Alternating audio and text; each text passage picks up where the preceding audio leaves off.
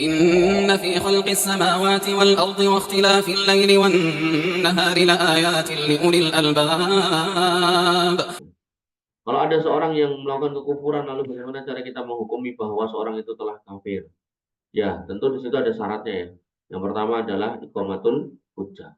Kita harus kemudian, maaf, yang pertama adalah tabayun. Tanya dulu, kamu meyakini sholat nggak wajib toh? Tanya. Dia mengatakan ya, gitu. Maka yang kedua iqamatul hujjah. Kita tegakkan hujjah. Orang yang nggak sholat itu, gitu, itu batal syahadatnya. Gitu. Dalilnya ini. Udah, gitu. Maka kalau dia tetap ngeyel, ya maka baru bisa kita katakan, ya kalau gitu berarti kamu syahadat itu batal.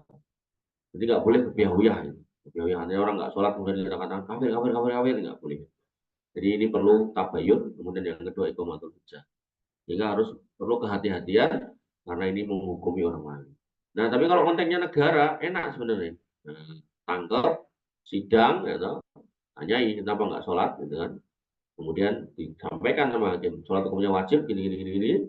Dia kemudian menjawab, tetap saya nggak mau sholat dan tetap saya nggak mau tobat, ya udah, hukum mati. Ya, jadi sebenarnya dalam konteks seperti ini yang lebih baik adalah negara. Tapi karena negara kita ini apa namanya menyepakati hukumnya bukan hukum seperti itu, maka tentu bab ini nggak dimasukkan dalam poin-poin negara. Jangankan yang seperti ini ya, zakat aja sebenarnya itu hak negara untuk memungut. Dalam konteks negara kita lebih senang memilih untuk memungut pajak daripada zakat. Dan sebenarnya zakat itu bisa digunakan untuk pengelolaan negara.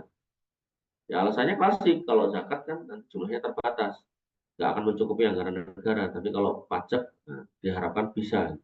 Makanya kan terbolak-balik gitu. Ya terbolak-balik sehingga yang terjadi adalah tidak berkah. Makanya kas negara dikuras oleh maling gitu kan. Ya, karena harta yang tidak berkah biasanya ya itu akan kemudian habis di jalan-jalan yang nggak benar.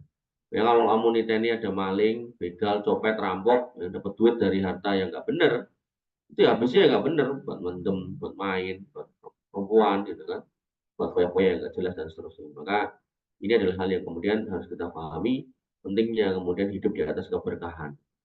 Makanya Nabi Isa alaihissalam itu menyatakan dalam Quran diabadikan oleh Allah Subhanahu Wa Taala bahwasanya sifat Nabi Isa adalah wajah alani mubarakan ainama kuntu, dan Allah Subhanahu Wa Taala menjadiku hidup yang penuh berkah dimanapun aku berada. Ini kenapa Allah taruh di Quran agar kita niru.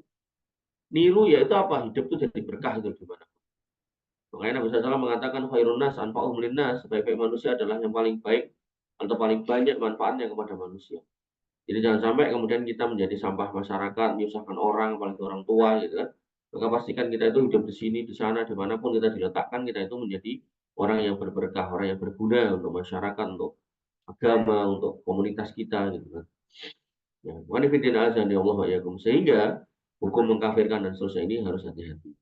Nanti kalau emang kamu nggak punya ilmu, nggak usah kemudian masuk di wilayah itu, karena syaitan pintar banget untuk kemudian membisiki orang, mengkondisi orang lain dengan kata-kata yang tidak tepat, tidak ada iqamatul hujjah, tidak ada tabayun, tapi langsung sikat, nah maka ini kondisi yang kurang tepat.